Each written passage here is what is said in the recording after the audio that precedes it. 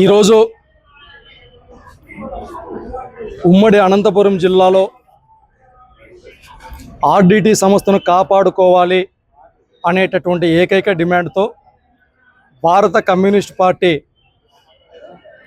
జిల్లా కార్యదర్శి నారాయణ స్వామి గారి అధ్యక్షతన జరిగినటువంటి అఖిలపక్ష పార్టీలు వివిధ ప్రజా సంఘాల సంబంధించిన నాయకుల కార్యక్రమానికి వైఎస్ఆర్ కాంగ్రెస్ పార్టీ సంపూర్ణమైనటువంటి మద్దతు తెలియజేస్తూ ఉంది.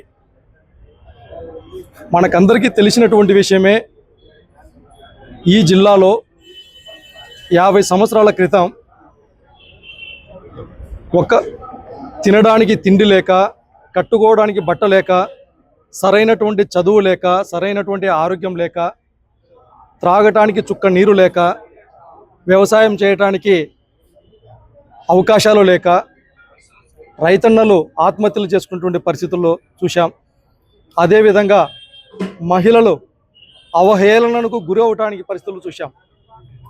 మరి కరువుతో కొట్టుమిట్టాడుతూ పేదరికంతో తల్లడిల్లిపోతున్నటువంటి ఈ జిల్లాలో మన జిల్లావాసి కాకపోయినా, మన రాష్ట్రవాసి కాకపోయినా, మన దేశానికి సంబంధించినటువంటి వ్యక్తి కాకపోయినా, ఈ దేశంలో పుట్టకపోయినా, ఎక్కడో స్పెయిన్ దేశంలో పుట్టి ఇక్కడ మన జిల్లాకు సంబంధించినటువంటి కరువును పారదోలటానికి, పేదరికాన్ని నిర్మూలన చేయడానికి విన్సెంట్ పెర్రర్ గారు ఈ జిల్లాకు విచ్చేసి కరువు పైన, పేదరికం నిర్మూలన పైన ఒక యుద్ధం, ఒక యజ్ఞంలాగా చేసినటువంటి గొప్ప మహనీయుడు.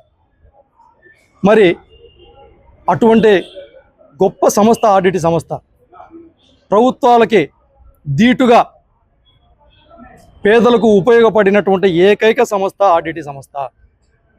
మరి అటువంటి ఆర్డిటి సంస్థకు సంబంధించినటువంటి FCRA నిధులను రెన్యువల్ చేయడం కోసం దాదాపు ఈ జిల్లాలో మీరు చూస్తూనే ఉన్నారు, ఈ రాష్ట్ర వ్యాప్తంలో చూస్తూ ఉన్నారు. ప్రతి ఒక్కరి నోట మాకు ఆర్డిటి కావాలి, ఆర్డిటి లేని అనంతపురం జిల్లాను ఊహించుకోలేము. ఒక అనంతపురం జిల్లాలోనే కాదు, రాయలసీమ వ్యాప్తంగా కావచ్చు, లేదంటే ఇతర రాష్ట్రాల్లో కూడా తమ సేవలను వినియోగించినటువంటి సంస్థ ఆర్డిటి సంస్థ. కాబట్టి ఆర్డిటి సంస్థను బతికించుకోవాలి, మాకు అవసరం ఉందయ్యా అని చెప్పి కేంద్ర ప్రభుత్వాన్ని పదే పదే డిమాండ్ చేస్తూ ఉన్నా, మన యొక్క ఆలోచన విధానాన్ని తెలియజేస్తూ ఉన్నా, పరిపాలన చేసేటటువంటి వ్యక్తులు పట్టించుకోపోగా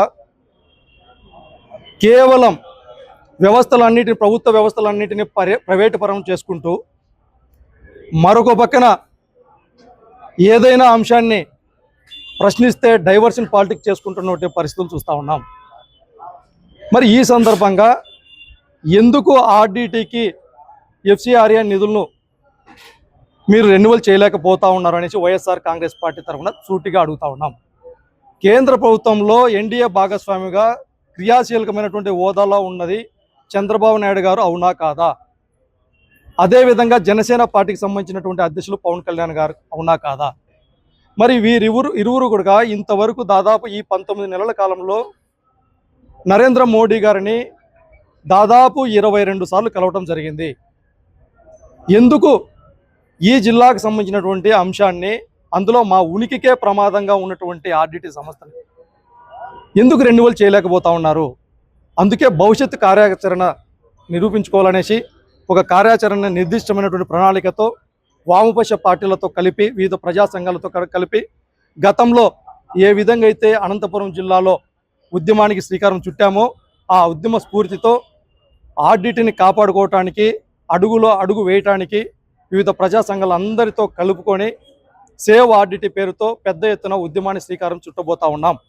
అందుకు వైఎస్ఆర్ కాంగ్రెస్ పార్టీ నాయకులుగా మేమందరం సంపూర్ణమైనటువంటి మద్దతు తెలియజేస్తూ భవిష్యత్తులో జరిగేటటువంటి కార్యక్రమాలకన్నిటికీ మేము మద్దతుగా ఉంటాం. ఒక్క విషయం అయితే తెలియజేస్తూ ఉన్నాను, ఇక్కడికి విచ్చేసినటువంటి వివిధ ప్రజా సంఘాల నాయకులు కావచ్చు, వివిధ రాజకీయ పార్టీల నాయకులు కావచ్చు, ఉద్యమాల పురిటిగడ్డ అనంతపురం జిల్లా, పోరాడితే మనం సాధించుకోలేనటువంటిది ఏది లేదని తెలియజేస్తూ, ఒకప్పుడు ఏ అవకాశాలు లేనప్పుడు ఎన్నో పోరాటాలు చేసినటువంటి పరిస్థితి మన పూర్వీకులది. మరి ఇవాళ మనం పోరాటాలు చేయడానికి, మనం ఉద్యమాలు చేయడానికి అన్ని అవకాశాలు ఉన్నాయి, అన్ని పరిస్థితులు అనుకూలంగా ఉండి కూడా ఆర్డిటిని రక్షించుకోలేకపోతే చరిత్ర మనలందరినీ క్షమించదు అనేసి ఈ సందర్భంగా తెలియజేస్తూ, ప్రతి ఒక్కరు కూడా ఒక సైనికుల మాదిరిగా ఇక్కడ చేసేటటువంటి ఏదైతే ఇవాళ సిపిఐ పార్టీ సంబంధించిన నాయకులందరూ ముందుకు వచ్చారో వాళ్ళందరితో కూడా కలుపుకొని ఒక నాయకత్వంలో ఒక పటిష్టమైనటువంటి నిర్దిష్టమైనటువంటి ప్రణాళికతో ముందుకు వెళ్తాం. ఖచ్చితంగా ఆర్డిటిని ఇక్కడే ఉండేటట్టు సాధించుకుంటామని తెలియజేస్తున్నాం. చివరికి ఎంత బాధాకరమైన విషయం అంటే ఇవాళ ఈ ఆర్డిటికి సంస్థ ఒక నిర్వేదంలో ఈనాడు పత్రికల్లోనే తమ ఆస్తులను ఇవాళ చూడండి ఒకసారి, ఇంతలాగా ఒక సంస్థ పైన పగపట్టుతున్నారంటే అది పేదవాళ్ళ పైన పగపట్టినట్టే.